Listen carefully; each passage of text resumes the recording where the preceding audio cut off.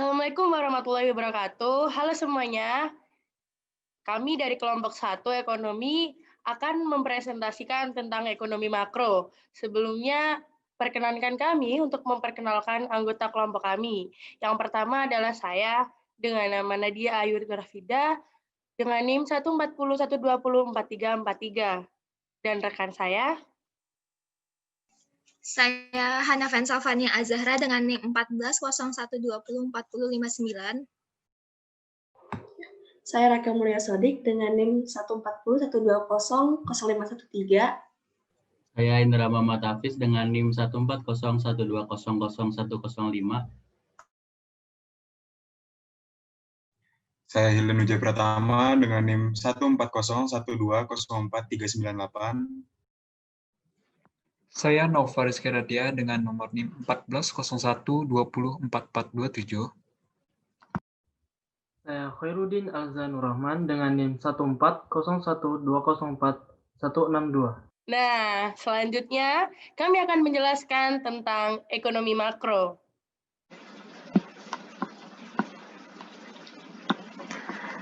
Oke, baik. Jadi di sini saya akan membahas mengenai definisi secara umum dari ekonomi makro. Nah, seperti yang kita ketahui, ekonomi makro merupakan cabang ilmu ekonomi yang menjelaskan sejauh mana banyaknya perubahan ekonomi dalam mempengaruhi pola dan tingkah laku masyarakat, perusahaan, dan pasar. Ekonomi makro berkaitan sangat erat dengan permasalahan ekonomi suatu negara, publik, atau sebuah kawasan regional. Karena itu cakupan ekonomi makro sangat luas. Ekonomi makro merupakan bagian dari ilmu ekonomi yang secara khusus mendalami tentang kondisi perekonomian suatu negara dan kawasan secara mendetail, luas, dan menyeluruh atau komprehensif, serta merupakan studi tentang agregat dan rata-rata dari keseluruhan aspek ekonomi dan campur tangan pemerintah. Oke, kemudian yang kedua, definisi menurut ahli.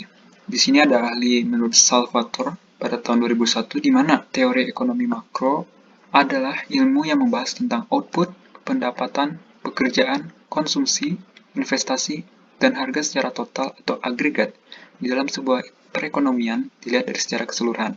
Sedangkan menurut Samuelson dan Nordhaus, menjelaskan bahwa ekonomi makro adalah cabang ilmu ekonomi yang mempelajari dan mengamati kinerja perekonomian secara komprehensif dan keseluruhan. Nah, selanjutnya saya akan menjelaskan tentang batasan pembahasan ekonomi makro. Ekonomi makro sendiri biasanya menjelaskan tentang sejauh mana perubahan ekonomi yang berpengaruh dalam pola dan tingkah laku masyarakat, perusahaan, dan pasar. Memang, cakupan dari ekonomi makro sangatlah luas, tetapi masih memiliki batasan-batasan pembahasan seperti pendapatan nasional, teori ekonomi, analisis biaya dan manfaat, teori permintaan dan penawaran, teori investasi modal pasar, inflasi, pelaku industri, siklus bisnis dan pengangguran, teori produksi dan harga, kebijakan fiskal, uang dan bank, serta pembangunan ekonomi nasional. Selanjutnya, saya akan menjelaskan tentang apa sih tujuan dari mempelajari ekonomi makro. Tujuan dari kita mempelajari ekonomi makro ada banyak. Yang pertama, dengan kita mempelajari ekonomi makro, cara-caranya kita dapat meningkatkan pendapatan rasio. Yang kedua, dengan kita memahami beberapa konsep pada ekonomi makro, kita dapat meningkatkan kesempatan kerja pada masyarakat dan meningkatkan kapasitas produksi. Selain itu, kita juga dapat menyeimbangkan neraca pembayaran luar negeri. Nah, selanjutnya, dengan kita mengetahui teori-teori pada makroekonomi, kita dapat memeratakan distribusi pendapatan. Yang terakhir, dengan memahami konsep makroekonomi, kita dapat meningkatkan pertumbuhan ekonomi pada suatu negara. Itu tujuan dari kita mempelajari ekonomi makro. Selain tujuan dan batasan, ekonomi makro juga memiliki ruang lingkup. Biasanya ekonomi makro mengkaji tentang hal-hal yang berkaitan dengan perekonomian secara menyeluruh. Dan ada 3 ruang lingkup pada ekonomi makro. Yang pertama ada penentuan tingkat kegiatan perekonomian negara, yang kedua ada kebijakan pemerintah, dan yang terakhir ada pengeluaran agregat atau pengeluaran menyeluruh. Jadi di sini saya akan menjelaskan mengenai istilah-istilah apa saja yang ada di dalam ekonomi makro. Karena istilah yang ada di dalam ekonomi makro itu sangat banyak, jadi saya akan menjelaskan istilah-istilah yang sering muncul saja di dalam ekonomi makro. Yang pertama ada pendapatan nasional. Pendapatan nasional di sini merupakan seluruh pendapatan yang diterima oleh seluruh anggota masyarakat atau seluruh rumah tangga dalam suatu negara dengan kurun waktu tertentu, dan biasanya itu dalam kurun waktu 1 tahun. Selain itu, pendapatan nasional juga dapat diartikan sebagai hasil produksi nasional, yang berarti nilai hasil produksi yang dihasilkan oleh seluruh anggota masyarakat suatu negara dalam waktu tertentu. Yang kedua yaitu investasi. Mungkin sebagian dari kita sudah tidak asing dengan istilah investasi. Untuk pengertiannya, investasi sendiri merupakan suatu kegiatan menanamkan modal, baik langsung maupun tidak, dengan harapan pada waktu nanti pemilik modal mendapatkan sejumlah keuntungan dari hasil penanaman modal tersebut. Dan di Indonesia kita bisa contohnya bisa berinvestasi emas, saham, reksadana, dan lain-lain. Yang ketiga ada inflasi. Pengertian inflasi adalah suatu proses meningkatnya harga-harga secara umum dan terus-menerus. Kenaikan harga dari satu atau dua barang saja itu tidak bisa disebut dengan inflasi, kecuali bila kenaikan itu meluas atau mengakibatkan kenaikan harga pada barang-barang lainnya. Nah, inflasi ini dapat disebabkan oleh berbagai faktor, antara lain konsumsi masyarakat yang meningkat, berlebihnya likuiditas di pasar yang memicu konsumsi. Selain itu, ketidakstabilan ekonomi juga dapat menimbulkan inflasi. Selanjutnya deflasi. Deflasi sendiri merupakan kebalikan dari inflasi. Dengan pengertian deflasi adalah suatu periode di mana harga-harga secara umum mengalami penurunan secara terus-menerus. Setelah itu, fluktuasi. Fluktuasi dalam ekonomi mempunyai arti bahwa pergerakan harga produk yang berayun ke atas atau ke bawah. Yang keenam adalah neraca pembayaran. Pengertian neraca pembayaran dalam ekonomi merupakan suatu catatan yang meringkas transaksi-transaksi antara penduduk suatu negara dengan penduduk negara lain selama jangka waktu tertentu. Dan yang terakhir yang sering muncul dalam makroekonomi yaitu kebijakan fiskal, di mana kebijakan fiskal merupakan suatu kebijakan yang dibuat oleh pemerintah dengan cara meningkatkan atau menurunkan pendapatan dan anggaran negara. Dan pemerintah sendiri memiliki kewenangan untuk menentukan besaran anggaran atau pendapatan yang dikeluarkan pada program tertentu. Selanjutnya saya akan menerangkan tentang teori ekonomi. Nah, teori ekonomi itu sendiri dibagi menjadi 4. Yang pertama adalah teori klasik, yang kedua adalah teori Schumpeter, yang ketiga adalah teori Harrod-Domar, dan yang terakhir adalah teori neoklasik. Nah, teori klasik itu sendiri adalah teori ekonomi yang menekankan tentang pentingnya faktor-faktor produksi seperti tanah, tenaga kerja, modal, serta wirausaha dalam meningkatkan pendapatan nasional dan mewujudkan pertumbuhan ekonomi. Teori ekonomi klasik ini lebih tepatnya menekankan pada pentingnya faktor produksi tenaga kerja terhadap pertumbuhan ekonomi. Teori ini percaya bahwa dengan adanya tenaga kerja yang melebihi kebutuhan yang ada akan mewujudkan pertumbuhan ekonomi. Nah, teori klasik itu sendiri juga membahas tentang cara untuk mengurangi tingkat pengangguran adalah dengan cara mengurangi tingkat upah tenaga kerja. Selanjutnya adalah teori Schumpeter. Nah, teori Schumpeter ini adalah teori ekonomi yang menekankan tentang peranan pengusaha atau pebisnis yang akan melakukan inovasi dan investasi untuk mewujudkan pertumbuhan ekonomi. Teori ini percaya bahwa tidak akan terjadi pertumbuhan ekonomi jika tidak dilakukan inovasi dan investasi. Inovasi itu sendiri adalah pengembangan produk baru atau produk yang sudah ada atau menciptakan produk baru seiring dengan perkembangan zaman sehingga tidak akan terjadi kemunduran dan ekonomi pun terus berjalan maju. Yang ketiga adalah teori Harrod-Domar. Teori Harrod-Domar itu adalah teori ekonomi yang menekankan peranan faktor permintaan dalam mewujudkan pertumbuhan ekonomi. Teori ini lebih tepatnya membahas tentang investasi sebagai salah satu faktor yang menimbulkan pertambahan pengeluaran secara agregat atau keseluruhan yang nantinya berakibat pada pertambahan kapasitas barang-barang modal dalam perekonomian, yang nantinya juga akan menciptakan pertumbuhan ekonomi dan meningkatkan pendapatan nasional. Dan terakhir adalah teori neoklasik. Nah, teori neoklasik itu sendiri berbanding terbalik dengan teori sebelumnya, yaitu teori Hardomar yang membahas tentang faktor permintaan. Teori neoklasik itu sendiri lebih membahas tentang pertambahan dan perkembangan faktor-faktor yang memengaruhi penawaran secara agregat atau keseluruhan, yang nantinya akan berdampak juga pada peningkatan pendapatan nasional serta perwujudan pertumbuhan ekonomi. Yang kedua yaitu masalah inflasi. Masalah inflasi yang terjadi di Indonesia pada tahun 2004, tingkat inflasi Indonesia pernah mencapai angka sebesar 10,5%. Ini terjadi karena harga barang-barang terus naik, sehingga akibat dari dorongan pemerintah yang tinggi. Tingginya laju inflasi tersebut jelas melebihi sasaran inflasi Bank Indonesia, sehingga Bank Indonesia perlu melakukan pengetatan di bidang moneter. Pengetatan moneter tidak dapat dilakukan secara dramatis dan berlebihan, karena akan mengancam kelangsungan proses penyehatan perbankan dan program restrukturisasi perusahaan. Yang ketiga yaitu pertumbuhan ekonomi dan pengangguran.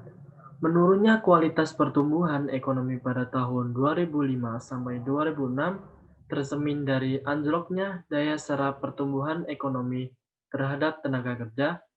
Bila di masa lalu setiap 1% pertumbuhan ekonomi mampu menciptakan lapangan kerja hingga 240.000, maka pada tahun 2005 sampai 2006 setiap pertumbuhan ekonomi hanya mampu menghasilkan 40 sampai 50.000 lapangan kerja.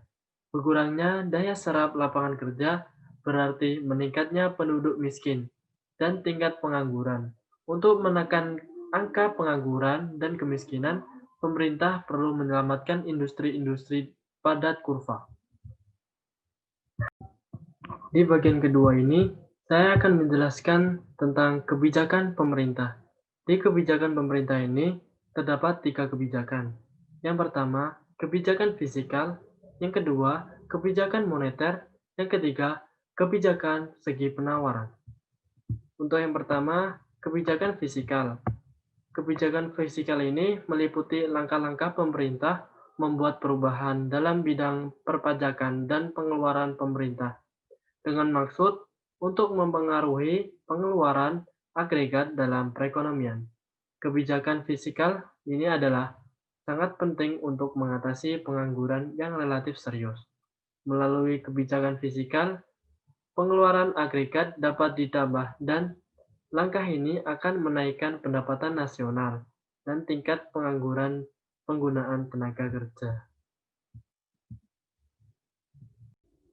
Selanjutnya yaitu kebijakan moneter. Kebijakan moneter ini meliputi langkah-langkah pemerintah yang dilaksanakan oleh Bank Indonesia untuk memengaruhi atau mengubah penawaran uang dalam perekonomian, atau mengubah suku bunga dengan maksud untuk memengaruhi pengeluaran agregat. Salah satu komponen dari pengeluaran agregat adalah penanaman modal atau investasi oleh perusahaan-perusahaan. Suku bunga yang tinggi akan mengurangi penanaman modal, dan apabila suku bunga rendah, lebih banyak penawaran modal akan dilakukan.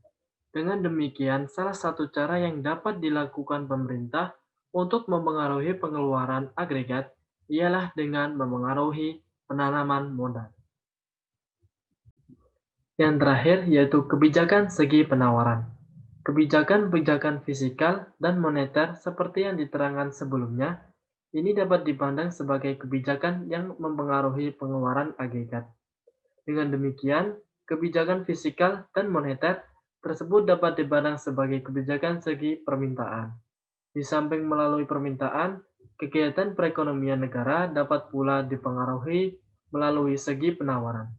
Kebijakan segi penawaran ini bertujuan untuk mempertinggi efisiensi kegiatan perusahaan-perusahaan sehingga dapat menawarkan barang-barang dengan harga yang lebih murah atau dengan mutu yang lebih baik.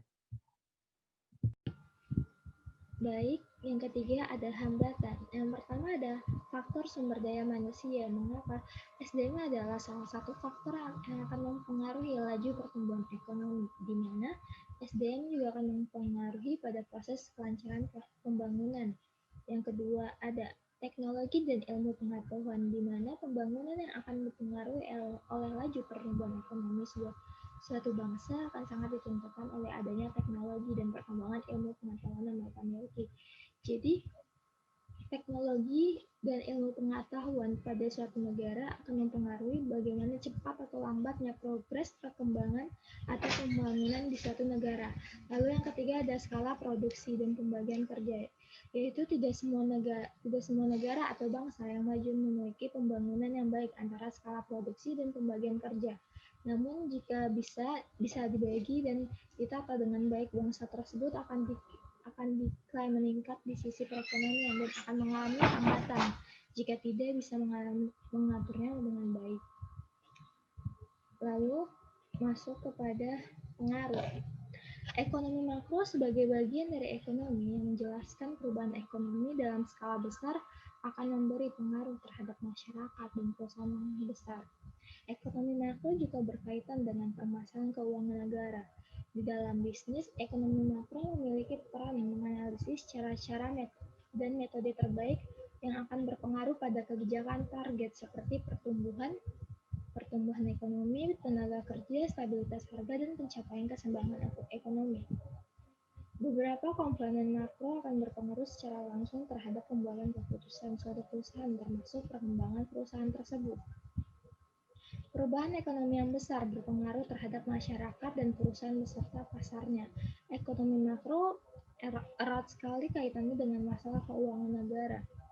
Ekonomi makro memiliki peran yang penting dalam sebuah bisnis. Ekonomi makro mempengaruhi suatu pertumbuhan, stabilitas harga, tenaga kerja, dan pencapaian keseimbangan. Assalamualaikum warahmatullahi wabarakatuh. Perkenalkan, saya Hildan Wijaya Pratama. Kali ini saya ingin menjelaskan tentang sirkulasi makroekonomi. Yang pertama ada workforce market atau tenaga kerja upah. Ini merupakan komoditas yang dipasok oleh pekerja dengan imbalan upah yang dibayarkan oleh perusahaan yang menuntut pekerja tersebut.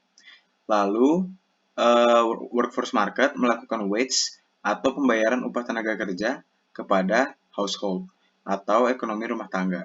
Lalu ekonomi rumah tangga tentu menghasilkan labor supply atau pekerja dengan standarisasi perusahaan tersebut. Lalu dari ekonomi rumah tangga melakukan konsumsi kepada commodity market. Commodity market ini merupakan bursa komoditas, di mana tempat pertemuan antara penjual dan pembeli membeli barang-barang komoditas yang ada pada bursa tersebut. Lalu commodity market menghasilkan yield atau penghasilan bagi corporation atau perusahaan. Corporation ini menghasilkan labor demand atau permintaan jadwal jam kerja yang bersedia untuk dipekerjakan oleh atasan berdasarkan variabel eksogen seperti tingkat upah, biaya satuan modal, biaya yang ditentukan pasar, dan lain-lain.